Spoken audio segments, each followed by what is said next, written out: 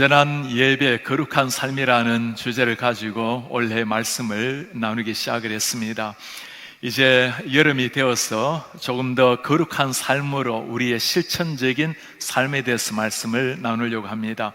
가장 삶을 보여주고 있는 하나님의 말씀이 야고보서의 말씀입니다. 우리가 믿는 사람의 믿음대로 어떻게 살아낼 것인가.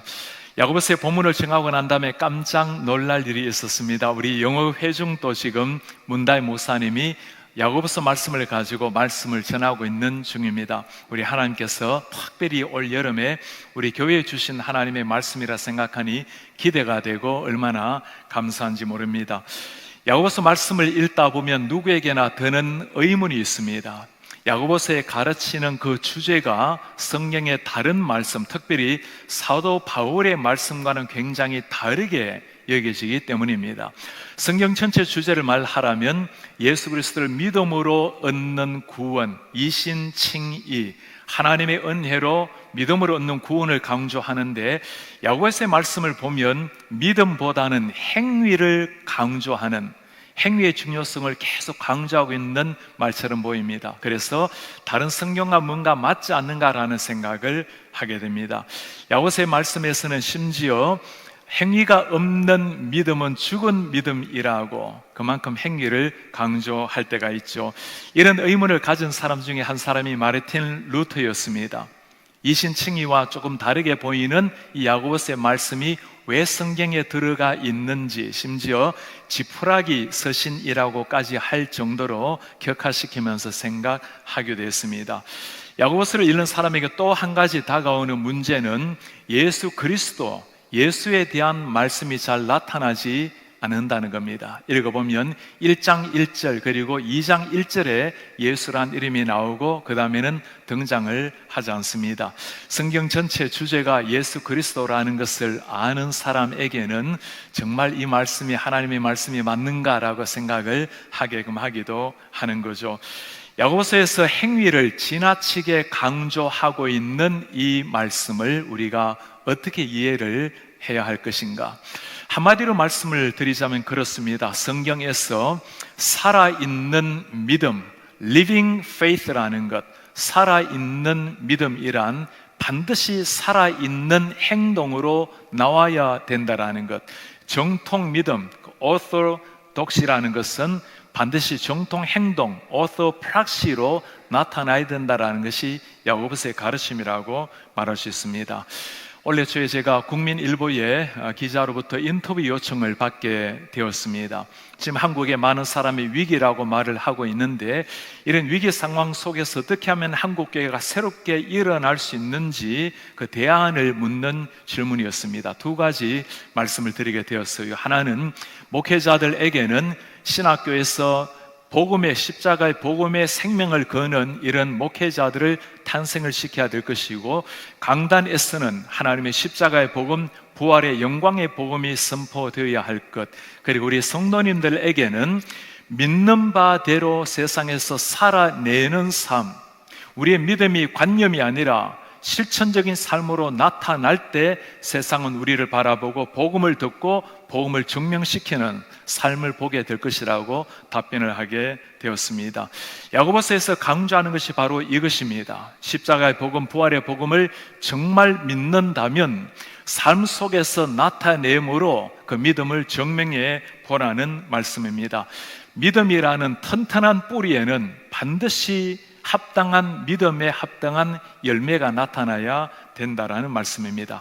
앞으로 10주 동안 야고보서 말씀을 강해하면서 우리의 삶에 우리가 믿는 바대로의 신앙이 우리의 말을 통해서, 삶을 통해서, 시험을 만날 때 모든 부분에서 믿음이 작동해서 믿음으로 말미암는 삶이 우리 속에 일어나기를 기대합니다.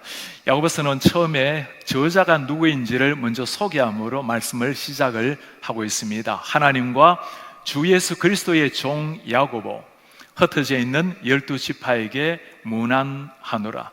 하나님과 주 예수 그리스도의 종이라고 자기를 소개합니다. 그리스도의 종 야고보, 우리가 아는 것처럼 야고보는 예수님의 동생입니다. 성경에 보면 야고보가 세 사람이 등장을 하는데, 요한의 형제, 세베대 아들 야고보가 나옵니다. 그리고 알페오의 아들 야고보도 나오죠. 이 두 사람은 12 제자 중에 한 사람이었습니다. 오늘 나오는 야고보는 예수님의 동생 야고보입니다. 요한복음에 보면 이 동생 야고보를 두고 그는 예수님이 살아 계실 때는 예수님을 믿지 않았다라고 말씀을 해요. 이 말씀을 보면 정말 신앙을 가진다라는 것은 혈과 육에서 되는 것이 아니라 하나님 우리에게 주셔야만 진정한 믿음을 가진다는 것을 알 수 있죠. 그는 자신을 소개하기를 내가 예수님의 동생이요라고 말하지 않습니다. 주 예수 그리스도의 종 야고보. 이것이 우리 하나님 앞에 우리 한 사람 한 사람의 정체성입니다.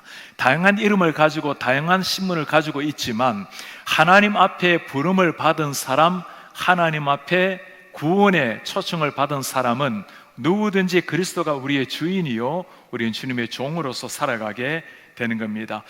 야고보서가 기록된 것은 AD 예수님 오신 이후로 45년 정도입니다. 신약 성경 전체에서 가장 먼저 기록된 것이 야고보서의 말씀입니다. 대부분의 성경이 60년 전후에 기록이 되었는데 훨씬 전에 처음으로 기록된 말씀 야고보서. 여러분들은 신약 성경을 처음으로 기록을 하신다면 어떤 말씀을 가장 먼저 기록을 하고 싶었습니까? 마가복음에는 하나님의 아들 예수 그리스도의 복음의 시작이라고 시작을 하죠.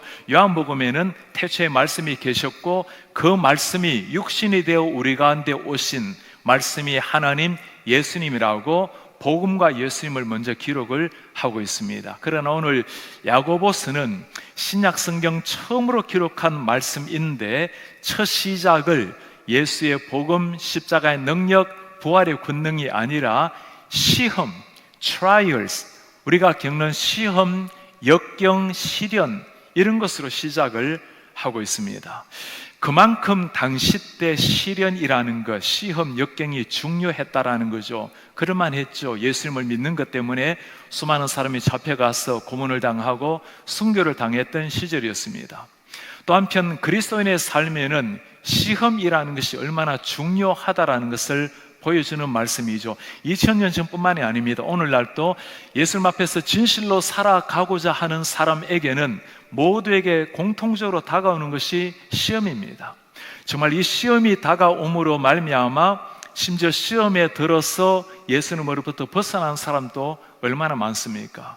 어떤 목회자는 인생에게 다가오는 이 시련 문제, 시험 문제를 극복하지 못해서 목회를 떠나가는 사람도 들어 있습니다. 특별히 신앙이 좋은 사람이 겪어야 되는 고난, 시련의 문제를 어떻게 이해를 해야 할 것인가?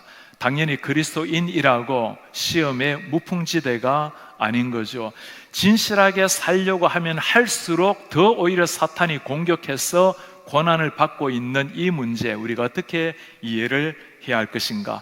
살아있는 믿음을 가진 사람에게는 이 시험의 문제가 세상 사람과는 전혀 다르게 해석이 되겠죠. 오늘 그 살아있는 믿음을 가진 사람이 시험이 다가올 때 어떻게 대처해야 될 것인지 세 가지로 야고보가 말씀을 해주고 있습니다. 첫 번째는 살아있는 믿음을 가진 사람에게는 시험을 만날 때 기뻐합니다.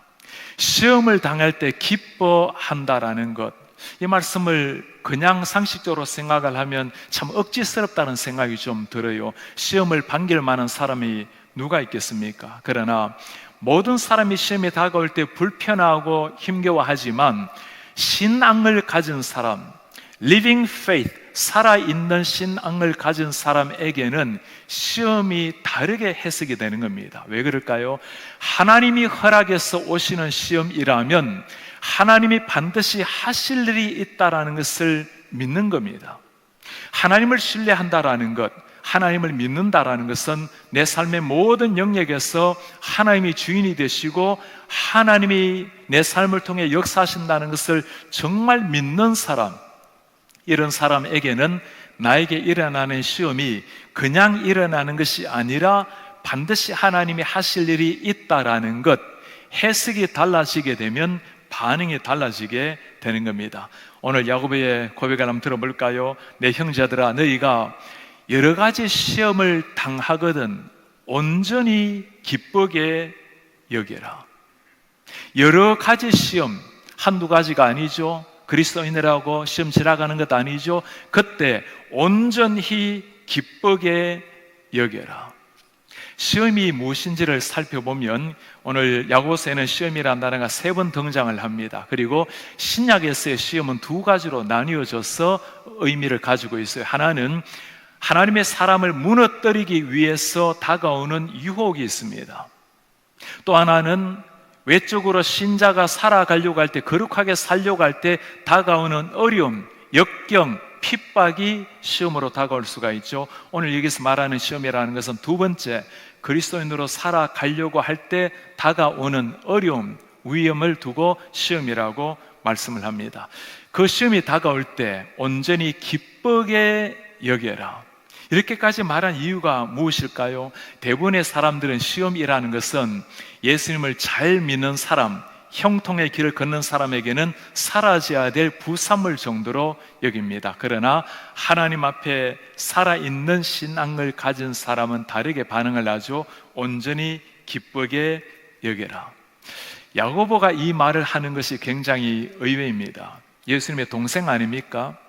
형이 살아있을 때는 형이 참 원망스럽기도 했습니다. 어머니 아버지를 두고 고생하는 부모님을 두고 세상을 구원한다고 나가서 복음을 전하고 있는 형을 보면 이해하기가 어려웠습니다. 그러나 그 형을 정말 만나고 난 다음에 오순절 다락방에서 야고보는 함께 기도했고 성령을 체험하고 주님을 만났죠. 그리고는 예루살렘 교회의 장로가 되어서 한 인생을 참 주님을 위해서 불태운 사람이 이 동생 야고보입니다. 예수님을 정말 만나고 나니까 형이 원망스러운 게 아니라 형을 죽인 저 사람들이 너무나 원망스러웠겠죠. 아직까지 살아계시는 어머니 앞에서 33살의 그 젊은 나이에 형이 세상을 떠났으니 얼마나 마음이 아팠겠어요. 그 세상을 향해서 오늘 야고보는 분노를 터뜨리는 것이 아니라 이런 시험과 위기 역경이 다가올 때 기뻐하라고, 즐거워하라고 말을 하고 있는 겁니다. 그리스도인만이 할 수 있는 이런 고백은 최면으로 하는 것이 아니죠. 우리가 정신 수양을 한다고, 통일한다고 나타낼 수 있는 고백이 아닌 겁니다. 하나님이 허락하셨다면 하나님이 반드시 하실 일이 있다라는 것을 믿기 때문에 기뻐하라고 말할 수가 있는 겁니다. 시험이 다가올 때 우리 하나님의 영적 리트머스 용지를 통과하게 되면 우리의 믿음이 살아있는 신앙인지 아니면 형식적인 죽어있는 신앙인지가 색깔로 구별이 나타나기 마련입니다. 신앙의 위대함이라는 것이 바로 여기에 있는 거죠.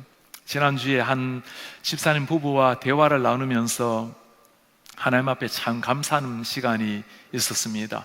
젊은 날 사업을 해서 참 사업이 잘 되었어요. 그렇게 고백을 해요. 목사님, 이 정도가 된다면 아마 40대 은퇴를 하고 나머지 삶을 주님을 위해서 멋지게 보낼 수 있다라고 생각을 했어요. 그런데 정말 6개월이라는 짧은 시간에, 삽시간에 바닥까지 다 떨어지게 되고 그 처참한 상황 속에 하나님 앞에 기도하게 되었습니다. 하나님께서 부부를 통해서 새롭게 일을 주시고 이제는 새롭게 참 기업이 번창을 하게 되었어요. 그렇게 고백을 해요.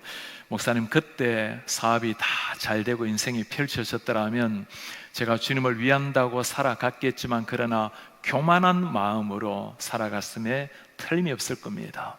시험이라는 걸 통해서 더욱더 하나님 앞에 성숙한 사람으로 세워진 한 집사님의 고백이었습니다. 세계적인 의사요 상담가였던 폴 두르니에, 우리도 익숙한 이름이죠. 어린 시절에 참 불우한 삶이었습니다. 아버지는 태어난 지 3개월 만에 돌아가시고 어머니는 그가 6살 때 세상을 떠났습니다. 고아로 참 외롭고 적막하게 살아갔지만 그 외롭게 어두웠던 삶 속에서 이 땅에 살아가고 있는 사람들의 아픔과 눈물을 더 깊이 이해하기 시작했습니다. 사람들 속에 있는 그 처절감, 아픔, 그 어두움, 그들을 공감하게 되니까 진정한 의사요, 진정한 상담가가 탄생이 된 겁니다. 그 두르니에가 한 말입니다. 고통이 없이는 사람이 변화가 될 수도 성장할 수도 없다. 모든 상실과 고통, 그것 때문에 하나님의 성숙한 창조성이 더욱더 발굴이 된다. 고통으로 말미암아 성숙한 창조성을 하나님이 더 캐내어서 우리로 하여금 하나님의 성품을 더 닮아가게 만든다라는 말씀입니다. 왜 그럴까요? 이 고통을 통해서 하나님이 함께 하신다면 하나님을 더 깊이 닮아가고 더 무릎 꿇음으로 말미암아 하나님의 음성을 더 듣게 되고, 결국에는 그 고통의 끝, 고통의 해결은 고통 없음이 아니라 바로 예수 그리스도라는 것을 깨닫게 되기 때문입니다. 이사야가 이 말씀을 잘 보여주고 있어요. 내가 물 가운데로 지날 때 내가 너와 함께 할 것이라. 강 건널 때 물이 너를 침몰하지 못할 것이다. 물도 강도 없애겠다고 주님이 말씀을 안 하십니다. 여전히 다가오는 환난, 그러나 환난 속에 뛰어들어라. 내가 함께 하겠다. 네가 불 가운데 지날 때 타지도 아니할 것이요 불꽃이 너를 사르지도 못하리라. 불을 끄게 하겠다는 것이 아니라 불 가운데 뛰어들지라도 내가 너를 지켜주리라. 풀무불 속에 집어 던져졌을 때 사드락과 메삭과 아벳노고를 건져내신 하나님, 사자굴에 뛰어들었을 때 하나님께서 다니엘을 구원해 주신 하나님, 고난의 끝은 고난 없음이 아니라 하나님이 함께 하심이었습니다. 고난의 비밀이 바로 여기에 있는 겁니다. 역경이 다가올 때 우리는 역경이 지나가기를 바라지만 오히려 기도해야 될 것은 하나님, 이 환난 속의 시험 속에 더 깊이 하나님을 만나게 도와주십시오.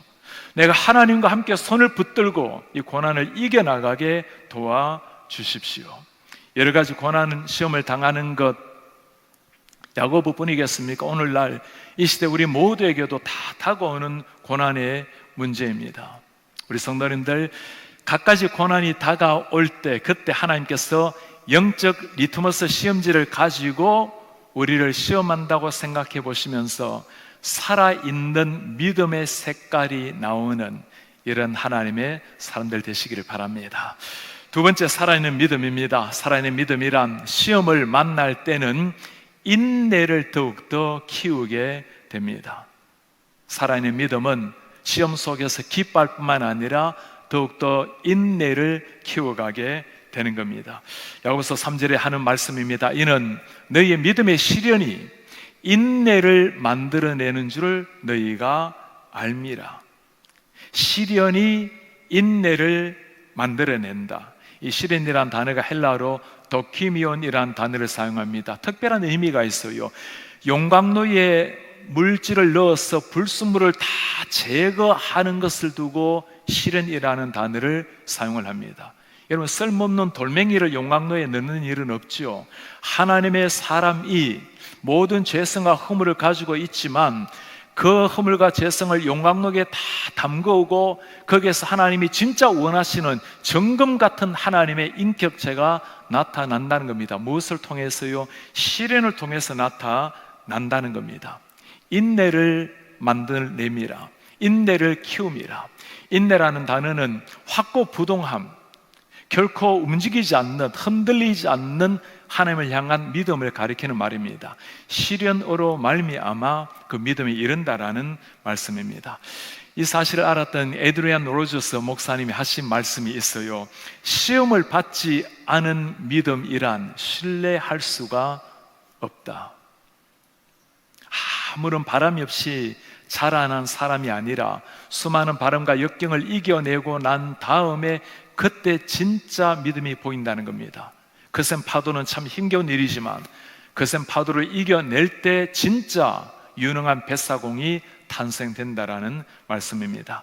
오늘 말씀을 가만히 묵상을 하면서 하나님의 마음이 정말 보이는 글자 하나가 눈에 띄었어요. 시련이 인내를 만들어낸다는 것, 너희가 알미라. 너희가 알미라는 이 단어가 얼마나 우리에게 위안이 되는지 모르겠어요. 하나님이 무슨 말씀을 지금 하고 있는 걸까요?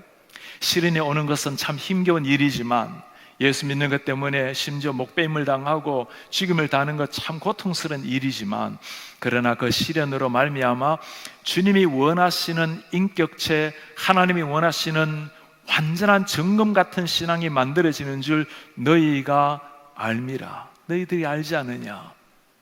우리에게 다가오는 시련은 하나님이 벌 주기 위함, 책망하기 위함이 아니라 그로 말미암아 진정한 하나님의 정금 같은 사람이 만들어진다라는 것을 하나님이 지금 격려하면서 말씀을 하고 있는 겁니다.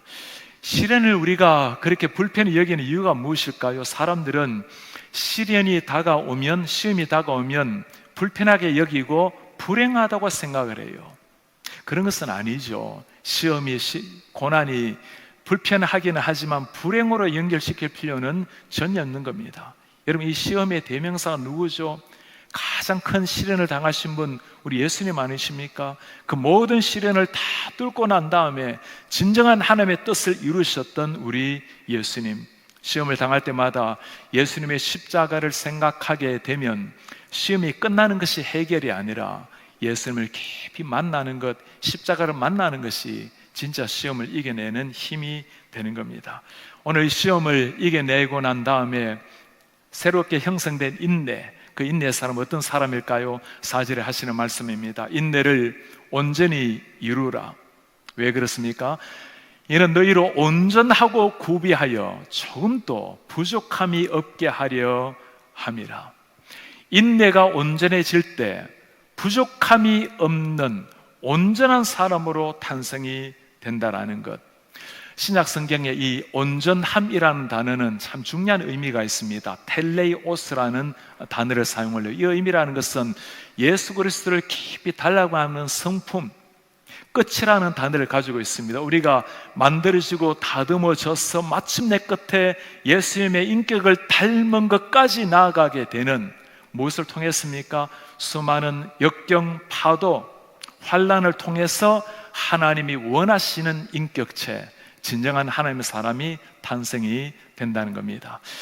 지난주에 우리 모든 한국 사람의 마음속에 너무나 자랑스럽고 기쁨을 심어준 한 청년이 있죠. 임윤찬 우리 청년입니다. 이번에 반클레이번 콩쿠르에서 우승을 했던 이 청년, 저는 음악을 참 잘 모르는 사람이지만 그의 그 피아노 연주를 정말 1초도 눈을 떼지 아니하고 온 정신을 몰입해서 그 파이널 곡을 듣게 되었어요. 그리고 준경선 세마이 파이널 곡도 65분 동안 쉼없이 하는데 정말 순간도 눈을 떼지 못하고 그 음악을 듣게 되었습니다. 사실 제가 그 연주에 몰입해서 들었다라고 말하기보다는 그의 연주가 저의 모든 관심을 다 빼앗았다고, 압도했다고 말할 수가 있겠어요. 어떻게 그 젊은이 18세가 온 세계 사람에게 저렇게 감동을 주고 있는가?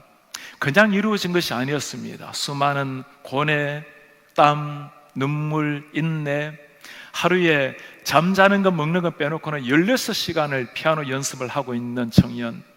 이번에 대회가 있어서 텍사스의 하숙집 주인 스토리를 들었어요. 하숙집에 잠시 있으면서 준비하는데도 새벽 4시까지 매일 연습을 했다라는 그 젊은이. 목사로서 그의 한마디 한마디가 제게 참 깊은 울림으로 다가왔습니다. 수상 소감을 물었을 때 나에게 상이라든가 엄청난 명성이라든가 아무 관심이 없는 젊은이였어요. 본인이 원했던 것은 작곡가가 작곡했던 그 마음을 우리 청중에게 그대로 전달해 주었으면 얼마나 좋을까. 그거 하나 가지고 음악 연주를 했던 젊은이. 그 말씀 앞에 목사로서 참 많은 생각이 들었습니다. 하나님께서 우리에게 맡겨주신 이 생명의 말씀을 그대로 전달하기 위해서 나는 어떤 땀을 흘리고 어떤 눈물을 쏟고 있는가. 그 수많은 시련과 외로움과 고난함 다 이겨내고 난 다음에 정죄된 한 사람, 모든 불순물이 사라지고 욕망노를 그치고 난 다음에 진짜 탄생된 한 소년을 보면서 우리 하나님께서 우리에게 빚어가시는 사람, 모든 시련과 환난 역경을 지나고 난 다음에 하나님이 빚으실 그 한 사람에 대해서 기대와 관심이 가지게 되었습니다. 누가 이렇게 할 수 있을까요? 하나님을 정말 신뢰하는 살아있는 믿음을 가진 사람만이 할 수 있는 거죠. 이 시련을 통해서 인내라는 근육이 키워지게 되는 겁니다. 오늘 그거 야고보가 외치고 있는 거예요. 시험이 다가올 때 기뻐하세요. 왜 그렇습니까? 그 시련을 통해서 부족한 우리가 예수님의 성품, 하나님의 온전한 사람으로 만들어지기 때문입니다. 그러나 역시 시험이 다가온다는 것은 쉽지 않은 일이죠. 우리에게 필요한 자세는 어떤 자세일까요? 오늘 세 번째 하시는 말씀입니다. 살아있는 믿음은 시험을 만나게 될 때 하나님께 지혜를 구하게 됩니다. 기뻐할 뿐만 아니라 온전함을, 인내를 이룰 뿐만 아니라 하나님의 지혜를 구하게 되는 겁니다. 시험을 이기는 방법은 다양하죠. 아마 세상 사람들은 더 강한 사람을 찾아가든지 세상의 지혜를 발동을 하든지 아니면 모든 건 다 경험해야 된다고 시간 이야기라고 경험하라고 가르칠지 모릅니다. 그러나 오늘 하나님께서는 성경을 통해서 하나님이 주시는 지혜를 얻을 때 시험을 극복한다고 말씀을 해요. 오늘 5절에 하시는 말씀입니다. 너희 중에 누구든지 지혜가 부족하거든 모든 사람에게 후히 주시고 꾸짖지 아니하시는 하나님께 구하라. 그리하면 주시리라. 하나님이 주시는 지혜, 소피아라는 게 지혜라는 말이죠. 이 소피아 지혜는 세상의 지혜와는 다른 겁니다. 세상적으로 지혜라는 것은 상대적으로 다른 사람보다 탁월한 인식 같은 걸 일을 처리해내는 능력을 지혜라고 말을 하죠. 성경이 말하는 지혜는 하나님이 우리에게 주시는 새로운 눈입니다. 하나님이 성령으로 말미암아 우리의 영혼의 눈이 뜨게 했을 때 오는 그 지혜. 그래서 모든 지식 지혜의 첫 출발이 무엇이죠? 하나님을 경외하는 것이 진정한 지식의 출발이라고 말씀을 합니다. 다니엘의 세 친구들, 다니엘과 세상 사람들이 감당하지 못했던 지혜를 소유한 사람, 누가 주신 겁니까? 하나님이 그들에게 당시의 박사들보다 10배나 뛰어난 지혜를 주셨다는 것, 하나님이 주실 때 그 지혜로 말미암아 세상을 정복하는 능력을 얻게 된다는 겁니다. 사실 누구보다도 이 야고보 자신이 새로운 지혜에 눈을 뜬 사람이죠. 예전에도 예수님을 알았죠. 예수님의 동생인데 당연히 예수님을 누구보다 잘 알았을 것 아닙니까? 그런 인간적인 지식이 아니고 하나님이 그를 만나 주셨을 때, 눈이 열렸을 때 진짜 하나님의 아들을 깨닫는 하늘의 지혜.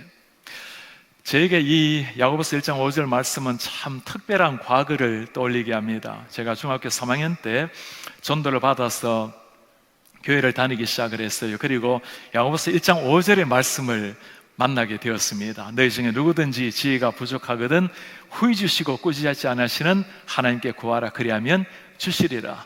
그때는 늘 농사 짓고 어머니 아버지 일손을 도와드렸던 때이기 때문에 책 볼 시간이 늘 부족했습니다. 그래서 농사일 하다가 저녁에 책을 펼쳐놓고는 주님, 지혜를 구하며 주신다고 하셨기 때문에 저에게 지혜를 주세요. 그때는 공부 좀 잘할 수 있는 지혜를 구하곤 했습니다. 하나님이 말씀하는 지혜와는 좀 다르게 구했지만 우리 하나님께서 정말 긍휼히 여기셔서 정말 세상에서 최고의 지혜를 주셨어요. 대학교 1학년 들어가서 진짜 지혜 되시는 그 예수님을 만나게 한 것입니다. 세상 모든 것을 다 모은다 해도 결코 얻을 수 없는 하늘의 지혜를 선물로 주신 겁니다. 오늘 주님께서 그거 말씀하는 겁니다. 부족하거든 하나님께 구하라. 우리가 이번에 7월 8월 2달 동안은 하나님 앞에 매주 금요일 금요 비상기도회로 하나님 앞에 나아갑니다. 엎드림이라는 주제를 가지고 나아가요. 우리가 엎드릴 때 어떤 일이 일어날까요? 주님 앞에 우리가 엎드리면 하나님께서 보호자에서 일어나셔서 우리에게 두 손을 들고 우리를 축복으로 얀내하실 겁니다. 우리가 주님 앞에 눈물로 간곡히 부르짖을 때 우리 하나님께서는 그 기도를 금양로에 담으셔서 친히 우리 한 사람 한 사람에게 알맞는 은혜를 부어 주실 겁니다. 우리가 기도할 때 지혜가 필요한 사람에게는 지혜를 주실 것이요, 특히 자녀들을 품고 기도할 때 세상에서 뛰어난 자녀들, 무엇보다도 하나님을 아는 거룩한 지식 지혜로 우리 자녀들에게 주님이 찾아오시게 될 겁니다. 이 지혜로 충만한 우리 자녀들 그리고 우리 성도님 되시기를 바랍니다. 오늘 우리 이 지혜를 구하는 사람에게 하나님이 특별히 부탁하는 게 하나 있어요. 오늘 6절 말씀입니다. 오직 믿음으로 구하고 의심하지 말라. 이 지혜를 간구하는 사람에게 주님이 하시는 한 가지 부탁, 살아있는 믿음으로 간구하되 의심하지 말라. 의심하는 자는 두 마음을 품는 자라. 무슨 말일까요? 하나님께 간구하면서도 믿지 못하고 간구하는 것, 내가 믿는 것과 생각하는 것이 다르게 작동되는 사람들. 오늘 우리는 시험이 다가올 때 하나님 앞에 어떻게 반응해야 되는지를 야고보를 통해서 잘 들었습니다. 기뻐하라, 그리고 인내를 이루어라. 하나님 앞에 이 지혜를 얻기 위해서 기도하라. 누가 이렇게 할 수 있다고 말씀했습니까? 살아있는 믿음을 가진 사람. 그래서 야고보서는 행함을 강조하지만 행함을 만들어내는 진짜 믿음, 이 믿음이 있어야 모든 것들 다 가능하다고 말씀을 하는 겁니다. 제가 이전에 학교에서 가르칠 때였습니다. 건강이 조금 여의치 않게 되었을 때, 방학을 맞았을 때 제 제자가 함께 자전거 좀 타자고 건강에 좋다고 이렇게 안내를 해요. 첫날 자전거 2대를 가지고 경기도의 청평댐으로 갔습니다. 그리고 그곳에 비교적 차가 없다 보니까 올라가는데 3시간, 내려오는데 3시간, 쉬지 않고 6시간 자전거를 탔어요. 그리고 중간에 올라가는데 얼마나 큰 오르막인지 올라가기가 쉽지가 않아요. 그래서 지그재그로 이렇게 끝까지 올라가는데 제가 정말 얼마나 멈추고 싶던지, 그래도 이 젊은 제자가 그래 선생님을 도와준다고 이렇게 왔는데 내가 체미내라도 차려야 되겠다고 정말 힘을 다해서 쉬지 않고 올라갔어요. 그러더니 이 제자가 자전거를 세우더니 저보고, 와, 교수님, 많은 젊은 친구들 이곳에 데리고 왔는데 이 끝까지 올라온 사람은 선생님이 유일하다고. 제가 가만히 생각을 해보니까, 아니 제가 자전거를 지금 타지 않은 지가 20년이 되는데, 그래서 저보고 그렇게 말해요. 내일 되면 이 다리에 퉁퉁 붓고 아마 걷기가 어려울 텐데 한 일주일쯤 지나고 나면 또 가라앉으면 또 자전거 타러 오자고. 하룻밤 잠을 잤어요. 다음날 정말 거짓말처럼 그렇게 아프지도 않고 아주 편안하게 걸어 다녔어요. 제가 무슨 일일까 궁금해서 생각을 해보니까, 예전에 초등학교 6학년 때 시골에서 자전거를 타고 학교를 다녔습니다. 그리고 중학교 1, 2, 3학년 학교가 오랫동안 떨어져 있었기 때문에 걸어 다니기에는 너무나 멀고 차를 타기에는 좀 어려워서 자전거를 타고 그렇게 3년을 다녔어요. 군대 생활을 할 때 저는 미군부대에서 제 숙소와 사무실이 다른 곳에 있었습니다. 2년 동안은 매일 자전거를 타고 출퇴근을 했어요. 그러니 긴 세월 자전거를 타고 다니다가 20년 동안 타지 않았는데 그때 그 자전거 탄 근육이 남아있었던 거예요. 그래서 결정적인 순간에 그 근육이 살아서 작동을 한 겁니다. 믿음이라는 게 바로 이런 겁니다. 우리 속에 정말 살아있는 믿음을 간직하고 있으면 결정적인 순간에 그 믿음이 발동이 되면 믿음이 행동을, 역사를 일으켜 내는 겁니다. 우리 사는 성도님들, 오늘 야고보서에서 말씀하고 있는 이 살아있는 믿음, 그 살아있는 믿음이 결정적일 때 우리를 움직일 수 있는 말을, 행동을, 삶의 태도를 바꿔놓는 이런 살아있는 믿음 가지고 승리하는 우리가 되기를 축복합니다. 오늘 우리는 신앙생활의 구체적인 생활 법전이라고 말할 수 있는 야고보서의 말씀을 들었습니다. 그 많은 이야기 중에 야고보가 처음으로 하는 말, 시험을 만날 때 그만큼 중요하다는 거죠. 그만큼 시험이 많다는 겁니다. 믿음 생활 가운데 시험을 만날 때 그때가 중요합니다. 기뻐하라, 인내를 이루라. 그리고 우리 힘으로 할 수 없기 때문에 하나님께 지혜를 구하라. C.S. 루이스가 한 말이 있습니다. 고난, 시험이라는 것은 하나님이 우리를 사랑하신다라는 확성기다. 평소 때는 하나님의 음성이 잘 들리지가 않는데 고난이 다가올 때는 하나님 우리를 향해서 들려주시는 확성기와 같은 것이 시험이라는 거라는 겁니다. 이 놀라운 비밀을 깨달은 사람, 시편의 기자가 하는 말입니다. 고난당한 것이 내게 유익이라. 이로 말미암아 내가 주님의 율례들을 배우게 되었나이다. 고난으로 말미암아 주님의 말씀을 더 깨닫게 된 사람, 여러분 그러지 않습니까? 우리가 시험, 고난을 계속 지나다 보면 결국에는 그 고난의 끝에서 인생 최고의 고난을 당하신 십자가에 달리신 예수님을 만나게 될 것입니다. 고난을 통해서 주님을 만나게 되는 거예요. 그러니 고난의 끝 해답은 고생 끝이 아니라 예수 그리스도가 되는 겁니다. 우리에게 갖가지 다가오는 시험을 만날 때마다 담대하게 기뻐하게 맞으면서 꼭 그렇게 외치시기 바랍니다. 내가 비록 잠시간의 흑암의 고난의 삶을 보내지만 그러나 이 고난의 세월이 다 지나가고 난 다음에 내가 용광로에서 나올 때는 정금같이 나오리라. 그 옛날 하나님 앞에서 경건하게 살다가 고난을 당했던, 시험을 당했던 욥의 고백이 우리의 고백이 되길 바랍니다. 주님, 제가 이전에는 주님을 귀로 들었는데 이 고난으로 말미암아 눈으로 주님을 보게 되었습니다. 살아있는 믿음이 있어야 가능한 일입니다. Living Faith를 가지고 우리의 삶에 하나님이 원하시는 실천적인 삶으로 우리의 신앙을 증명하고 우리 하나님께 영광을 올려드리고 세상 사람들에게는 그리스도의 빛이요 소금으로 나타나는 이런 하나님의 사람들이 되시기를 주의 이름으로 축복합니다.